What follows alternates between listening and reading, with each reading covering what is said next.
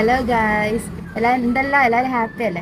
അപ്പൊ ഞാൻ വന്നേക്കെന്ന് വെച്ചാൽ ഞാൻ കഴിഞ്ഞ വീഡിയോക്കകത്ത് പറഞ്ഞിരുന്നു ഞാൻ ആരാണ്, ഞാൻ എന്ത് ചെയ്യണൊക്കെ നിങ്ങളോട് പറയാം. അപ്പൊ കഴിഞ്ഞ വീഡിയോയുടെ ബാക്കി ഭാഗം കേട്ടാലോ.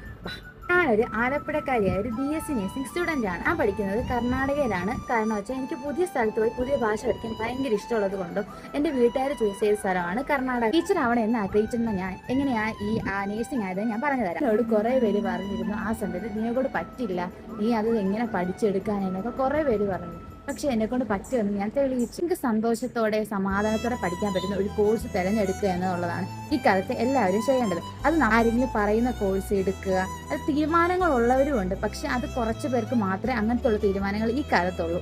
നിങ്ങളെ കൊണ്ട് പറ്റും എന്ന് ആരെയും തെളിയിപ്പിക്കുകയല്ല വേണ്ടത്, അത് നിങ്ങളെ കൊണ്ട് സാധിക്കും എന്നുള്ളതാണ്. BSc നഴ്സിംഗ് എടുക്കാൻ പോകുന്ന സ്റ്റുഡൻസിനോട് എനിക്ക് പറയാനുള്ളത്, ഇഷ്ടപ്പെട്ടു പോവാ. ഒരിക്കലും കഷ്ടപ്പെട്ട് ഇഷ്ടപ്പെടേണ്ട ആവശ്യം BSc നഴ്സിംഗിന് ഇല്ല.